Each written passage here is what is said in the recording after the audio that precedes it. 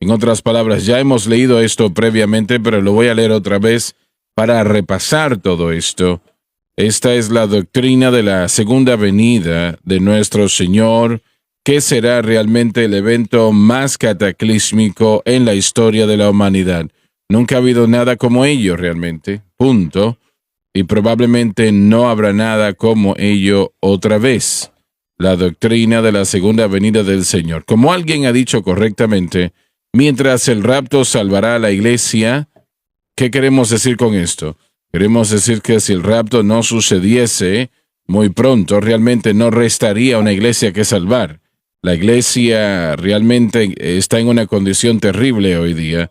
Estamos creyendo a Dios por un mover del Espíritu Santo para rectificar la situación, pero la iglesia nunca ha estado más débil de lo que ha estado en este momento presente, como lo puedo yo apreciar.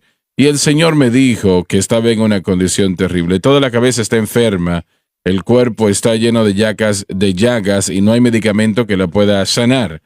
Pero Dios puede cambiar la situación, Dios lo puede hacer. Así que Él también me dijo en ese momento, me dijo de la iglesia que el centro familiar de adoración viviría un mover de Dios que le daría la vuelta al mundo.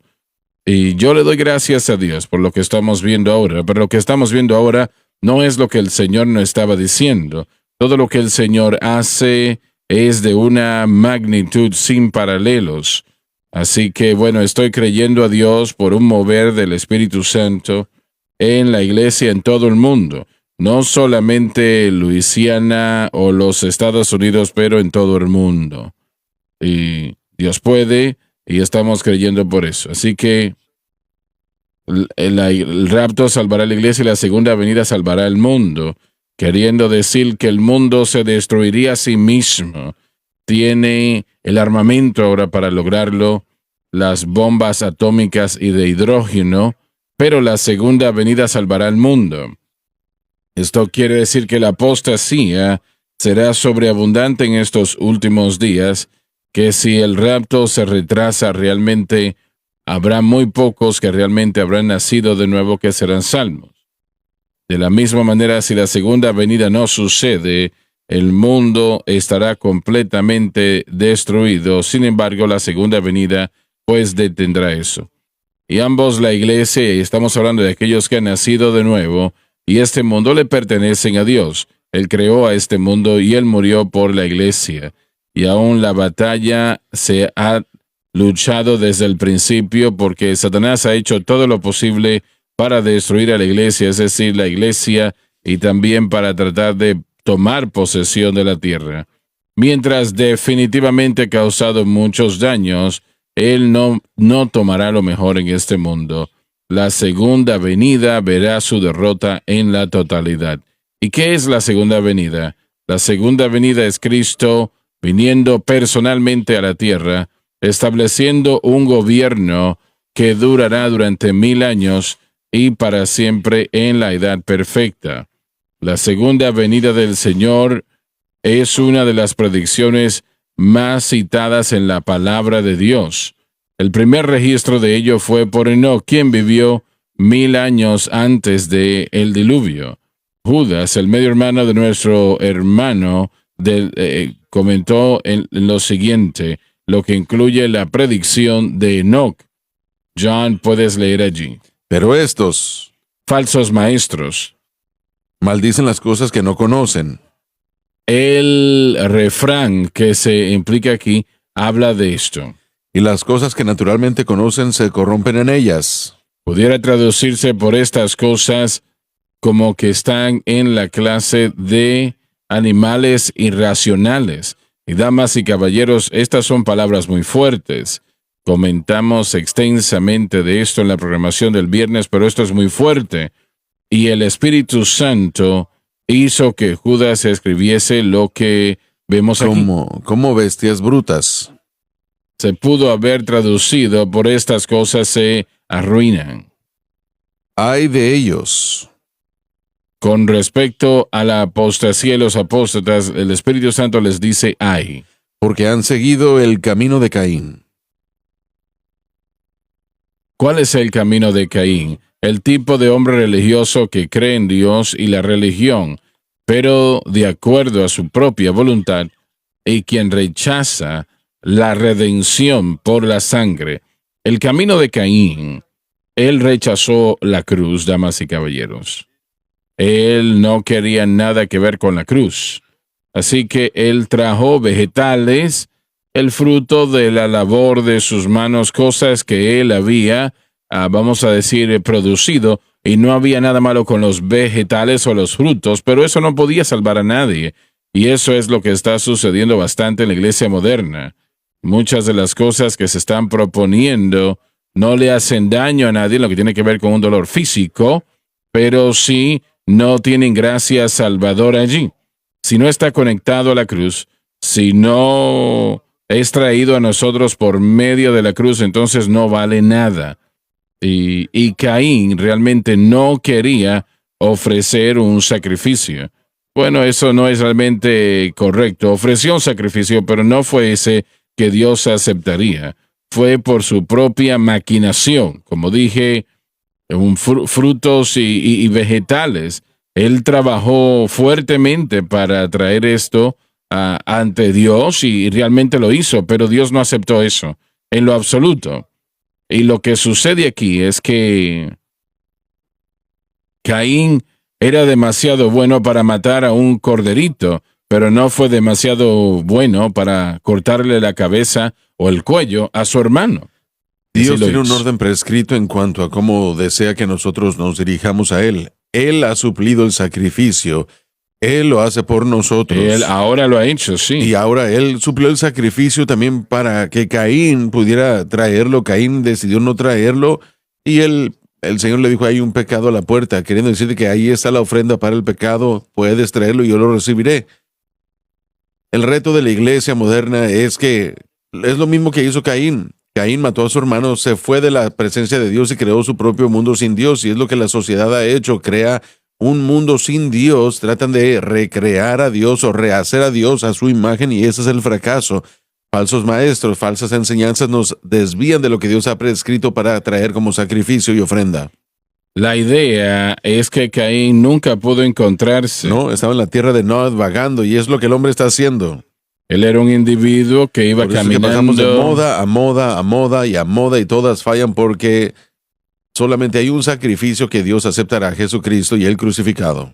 Él fue a un lugar y pensó, este es el lugar, y encontró que no satisfacía. Fue a otro lugar.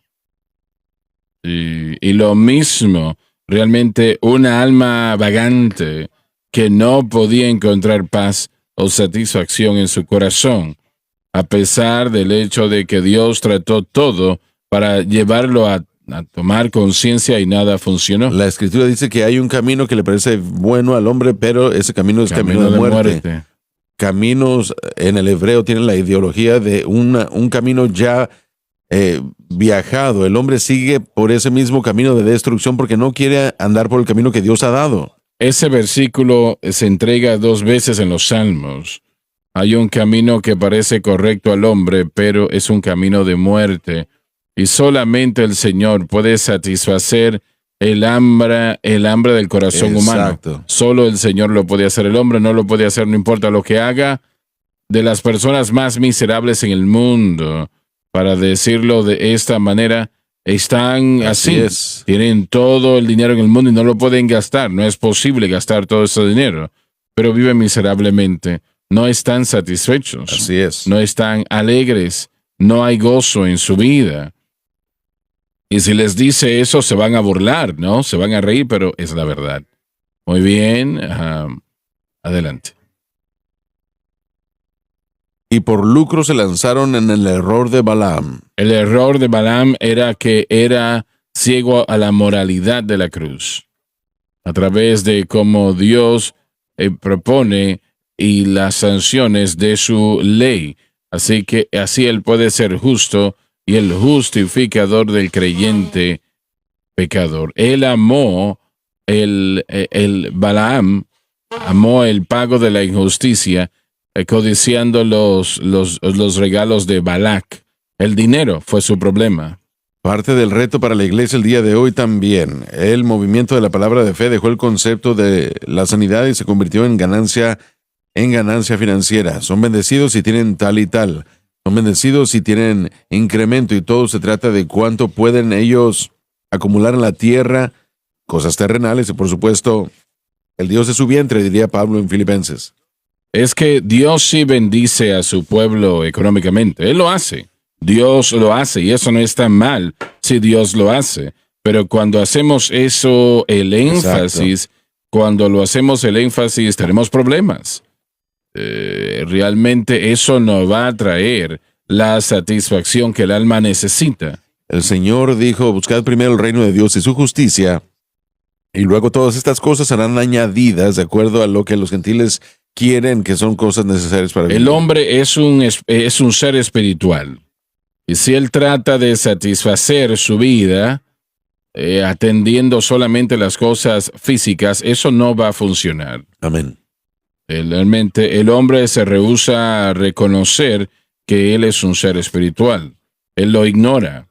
Y de otra manera, y realmente su situación rápidamente empeora en lugar de mejorar, empeora, etcétera, etcétera. Y una cosa que debemos notar, especialmente con respecto al creyente, yo de hecho lo he visto a primera mano. Una persona salva, está tratando de vivir para Dios, pero el dinero entra a la ecuación, recursos. Y todo lo que parece hacer eso es que si el corazón de la persona no está bien ante Dios, si hay pecado en su corazón que aún no ha sido tratado, ese dinero facilitará no la voluntad de Dios en sus vidas, desafortunadamente los llevará a una dirección lejos de Dios. En algunos casos, la única razón por la que la gente no hace ciertas cosas, y una vez más estoy hablando de cristianos, es porque simplemente no tienen los recursos financieros para hacerlos. Pero una vez que eso se presenta, no hay nada que los retenga. Así que no estoy diciendo que el dinero es malo, sino el amor del dinero lo es. Es la raíz de todos los males. Y facilitará a los perversos deseos del corazón. Y a veces la gente dice, bueno, todos mis problemas son por el dinero. Si yo tuviera un poco más de dinero y recursos, solucionaría el problema. Y tal vez sí solucione una situación, pero creará muchos otros problemas. Si el corazón no está bien ante el Señor. Así que esa es una área que la gente critica a veces porque dice, bueno, no, si yo pensemos en lo que yo pudiera hacer para la obra de Dios, si yo tuviera $1 millón, sin embargo, al mismo tiempo no están pagando diezmo por los 1,000 que están haciendo hoy, así que es interesante cómo nuestros pensamientos cambian, pero el dinero puede crear más problemas que solucionarlos, y eso simplemente es la verdad del asunto. Y en algunos casos hay una razón por la que el Señor no da un exceso en el momento. Ahora, Él suplirá la necesidad. Él jamás nos dejará estar sin lo necesario.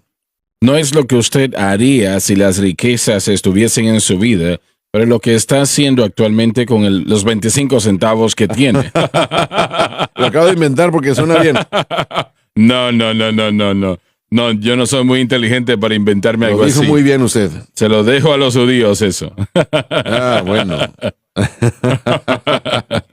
Hablando de los judíos, una de las cosas que sí hemos visto, y recuerdo yo hace poco, y lo digo de una manera positiva esa, no negativa. Tomamos todo lo que usted dice solo como positivo, lo negativo se queda de aquel lado.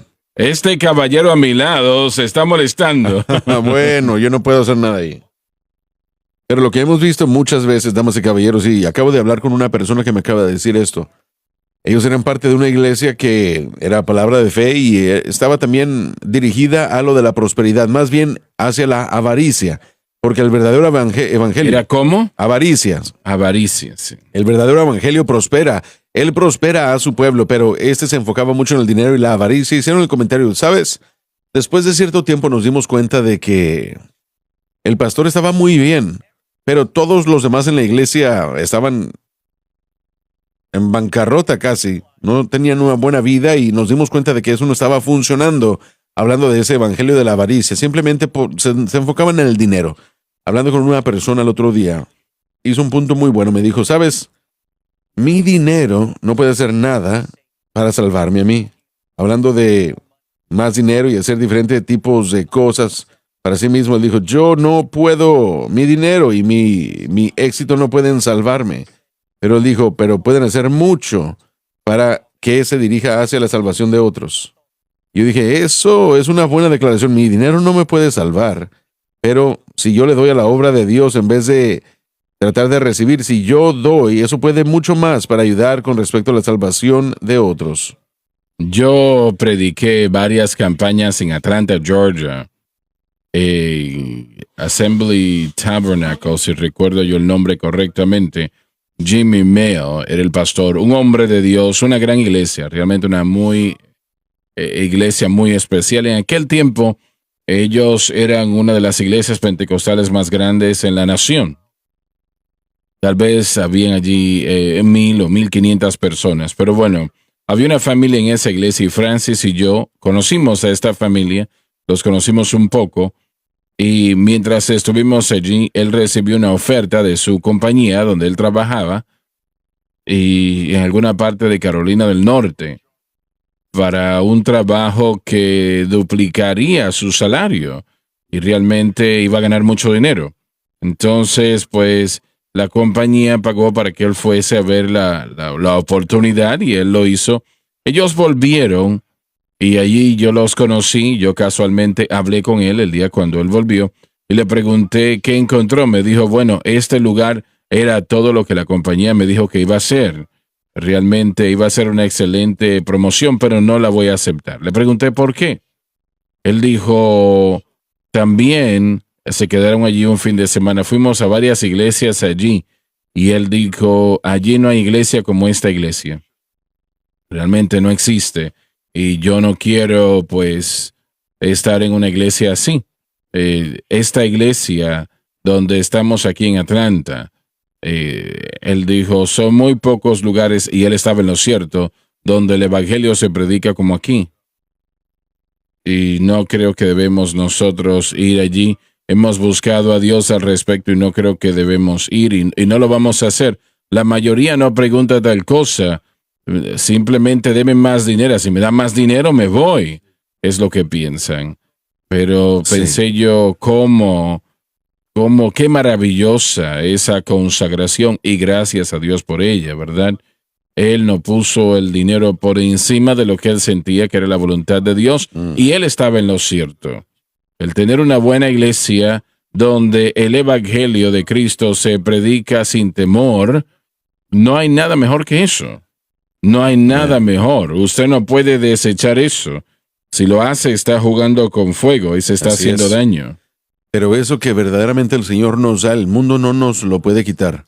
Yo he visto a papá, tú también, sí. Papá, lo has visto, la riqueza de este mundo puede perderse en un instante, realmente se puede perder y hay algunos que pasan la mitad de su vida tratando de adquirir el dinero, la riqueza, los recursos, y gastan el resto de su vida tratando de mantener y guardarla. Uh-huh. Y al final del día, ¿qué le aprovecha al hombre si gana todo el mundo y pierde su alma? Yes. Nada de eso se va con él. Así que yo sé que en esos tiempos, ahora mismo, en esta nación y en este mundo, hablando una vez más solo del dinero, finanzas y recursos, es algo muy difícil para muchos, y no es que para la mayoría.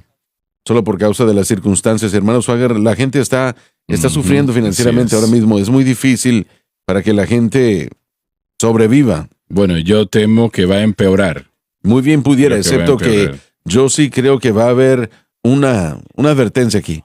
Y tal como el Señor lo prometió a Israel, dijo él, yo no voy a poner ninguna de estas plagas sobre vosotros que puse sobre los egipcios. Yo creo que al sufrir este mundo solo por lo que está sucediendo, que Dios va a sostener y bendecir a su pueblo. Yo realmente lo creo. No significa, bueno, tal vez que uno se va a hacer millonario durante este tiempo. No lo estamos viendo. Estoy hablando de donde otros están tratando de hacer algo y no pueden. Yo creo que el pueblo de Dios, la iglesia, va a ser preservado. Yo también lo creo. Yo realmente lo creo. También lo creo. Yo creo que ahora no es el tiempo de dejar de dar a la obra de Dios. Este es el tiempo de aumentar. Permanecer fiel y Dios permanecerá fiel también. Así es. Hermano Swagger, me gustaría presentar un tema que no hemos mencionado, pero está conectado a todo esto de Balaam. En la iglesia de hoy, y yo lo escucho de pastores todo el tiempo, dos cosas están sucediendo que tienden a molestarme y me gustaría saber qué es lo que usted opina. Los predicadores que viajan demandando cierta cantidad de dinero para poder ir a una iglesia. En otras palabras, ellos le dicen al pastor, bueno, yo necesito tener cierta cantidad de dinero. Y también necesitamos,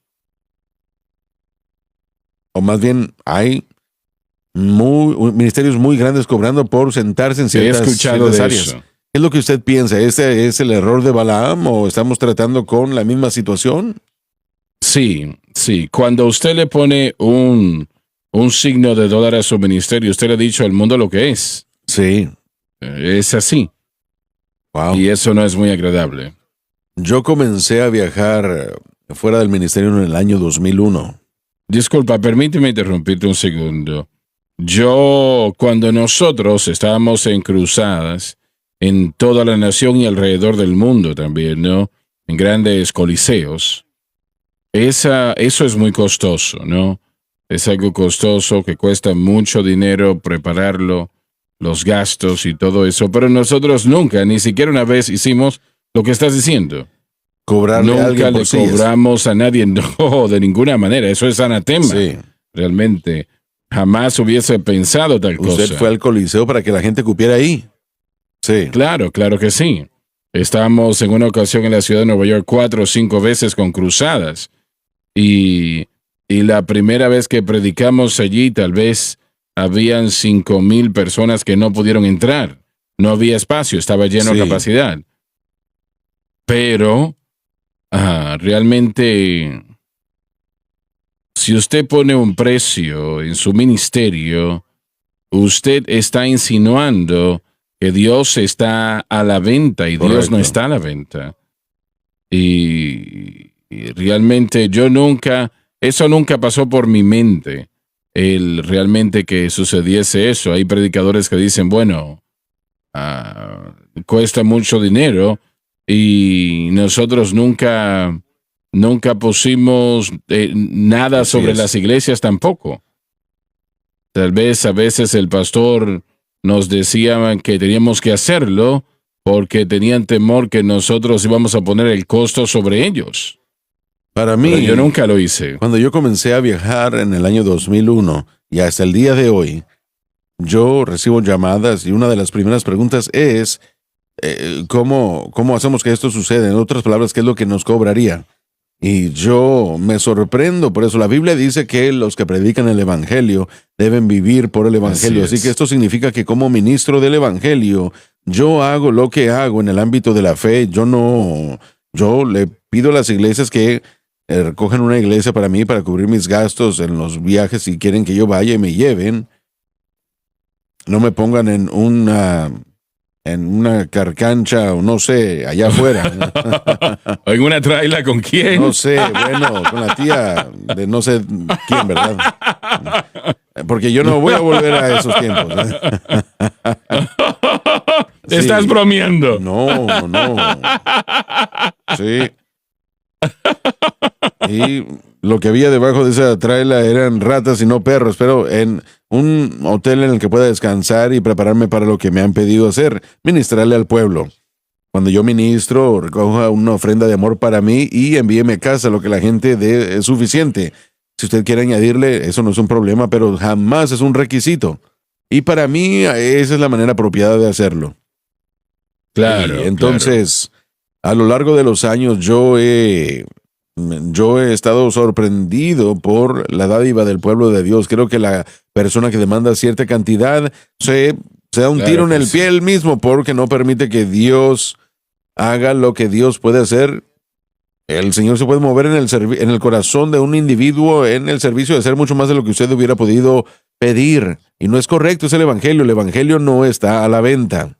Y aún así, me supongo que la gente, bueno, y voy a decir esto amablemente, tanto como yo pueda, pero están en una mentalidad carnal pensando yo necesito tener esto, pero nosotros caminamos por fe y no por vista. Este ministerio a veces puede tener una gran ofrenda o una ofrenda pequeña, cosas que se balancean. Dios sabe qué hacer y no toda iglesia puede pagar cierta cantidad. He estado en iglesias en las que son Así es, pequeñas, he así estado en iglesias que son gigantescas. A mí no me importa. mientras que yo sienta la dirección de Dios a hacer lo que estoy haciendo, y yo creo que es lo correcto. El dinero, una vez más, es parte del proceso. Los que predican el evangelio deben vivir del evangelio, pero al mismo tiempo se ha convertido en un negocio a tal punto que a Dios no se le permite bendecir como Él quisiera si usted mantuviera sus manos fuera del asunto.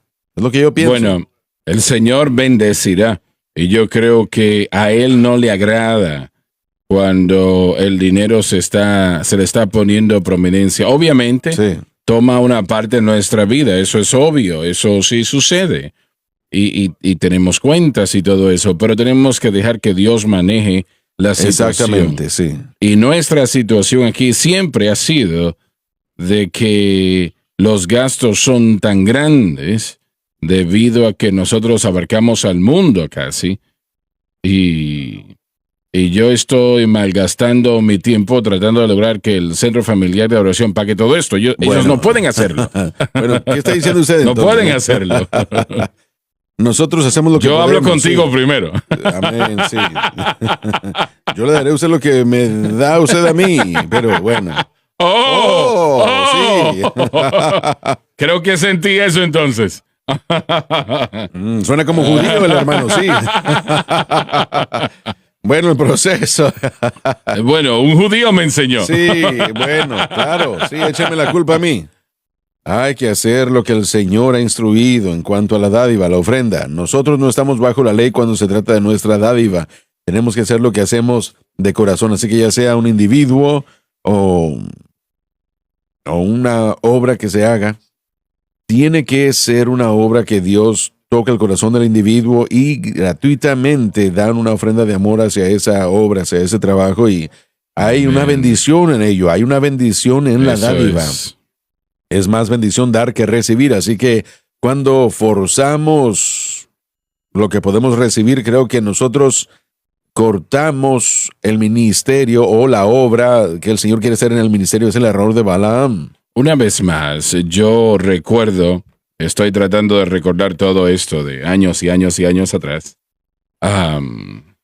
Nosotros estábamos en una iglesia muy bonita, realmente que era una iglesia muy bonita, habían construido una nueva iglesia muy bonita y estábamos teniendo una campaña preciosa, Dios se estaba moviendo, y mi ofrenda, creo que fueron $50 semanales, eso era lo que el pastor me estaba dando.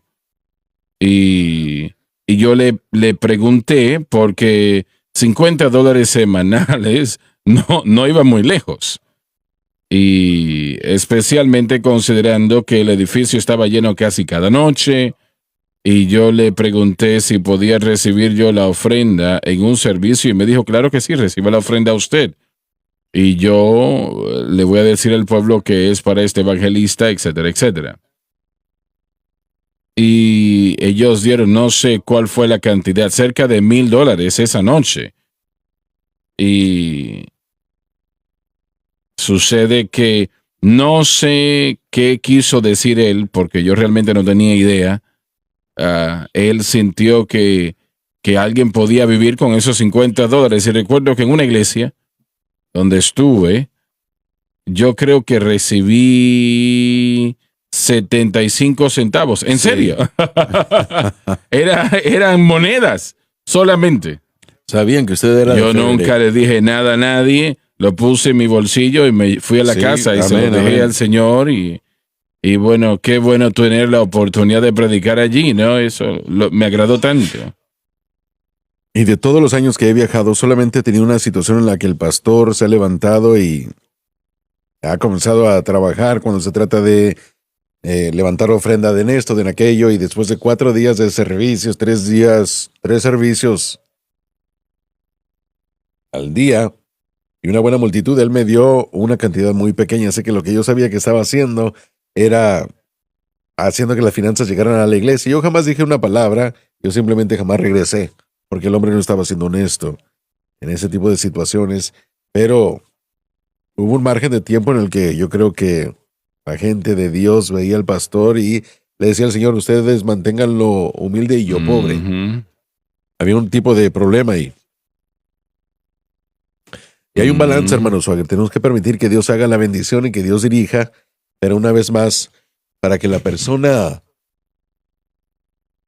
le ponga un precio a su ministerio o que cobre por asientos para escuchar el evangelio, es simplemente, es anti-evangelio para mí. Eso simplemente no creo que sea correcto. No, claro, claro. Eso realmente duele en mi corazón. Realmente, si usted no camina por fe, si el pueblo da correctamente, ellos entran en la economía de Dios. Quiero leer 2 versículos. Todos conocemos 2 Corintios capítulo 9.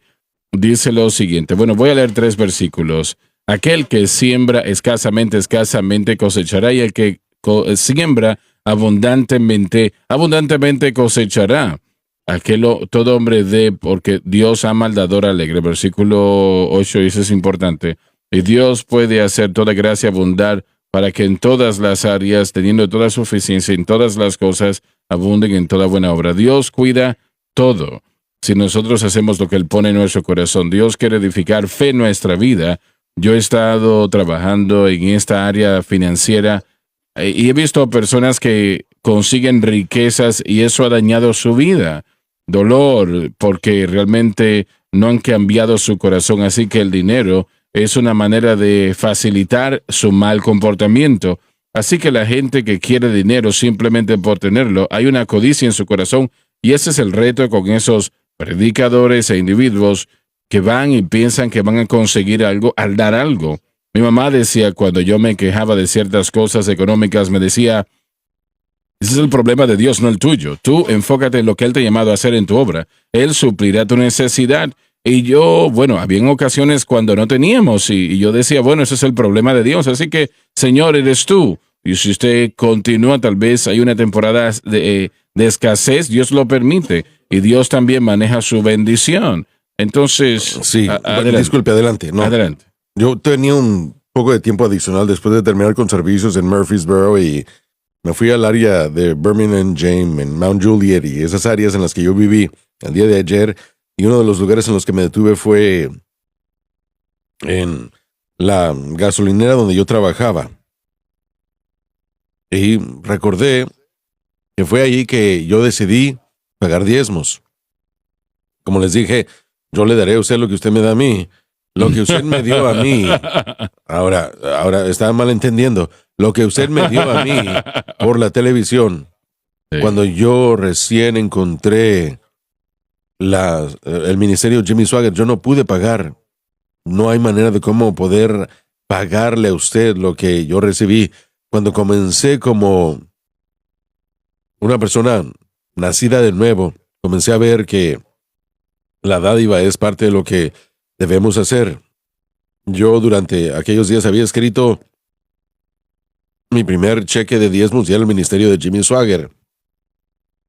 Porque yo le estaba dando a usted, porque usted me había dado a mí, usted implantó en mi vida y yo estaba en esa gasolinera trabajando aquella noche. En la mañana yo iba a dejar el diezmo, tenía el cheque en una oficina postal que había cerca cuando saliera del trabajo en la mañana, así que tenía ya el cheque listo, lo tenía en mi Biblia, estaba muy emocionado y en ese momento un amigo mío con el que había pasado mucho tiempo, otro hombre que bebía mucho, entró, pero diferente, borracho. Comenzamos a hablar. Yo tengo un lugar en mi corazón para esa persona. Sí, amén. Él llegó y a usted le hubiera caído muy bien también pero él entró y él comenzó a hablar de que sí, yo creo en el Señor, creo en el Señor, creo en el Señor, y después dijo esto: todo excepto lo del diezmo. Todo excepto lo del diezmo. Y mi primer cheque del diezmo estaba delante de mí en la Biblia, listo para entregarlo en la mañana. Yo dije, bueno, yo lo creo. De hecho, yo voy a enviarle esto al ministerio Jimmy Swaggart. Oh, bueno, y empezó con su tangente, ¿verdad? Pero bueno, yo no puedo creer que tú eres tan estúpido y mira que bla, bla, bla. No. La Biblia nos habla. La Biblia nos habla y de esto yo estaba convencido, no porque yo le estaba dando para recibir, sino que yo estaba dando porque yo ya había recibido. Yo quería ese mismo ministerio continuar a impactar mi vida y también lo que fue que hice yo que yo di mi diezmo, $30, nunca lo voy a olvidar. Es lo que hice. Y boom. Y eso era mucho dinero para ti, ¿no? Lo era. Bueno, era mi diezmo, $30 para esa semana. Y lo maravilloso entonces, y probablemente, tal vez no tanto, es que usted da esto y Dios dará 100%, 10%, no sé, cualquier cantidad, no sé, 100%. 100 veces sí. más. Yo debería estar buscando ya $300, ¿verdad? No, esa no debe ser la idea, pero esa semana llegaron a mis manos $300 de fuentes que ni siquiera yo tenía idea de que me iban a enviar dinero. Una tía se enteró de que yo era salvo y me envió una ofrenda, otras cosas llegaron y yo sé que, bueno, miren, dar para recibir no es lo que Dios quiere, pero Él quería que este cristiano joven que supiera que uno no le puede dar a Dios Tenemos más de que lo que Él puede depender dar. de Él. Y esa oposición llegó.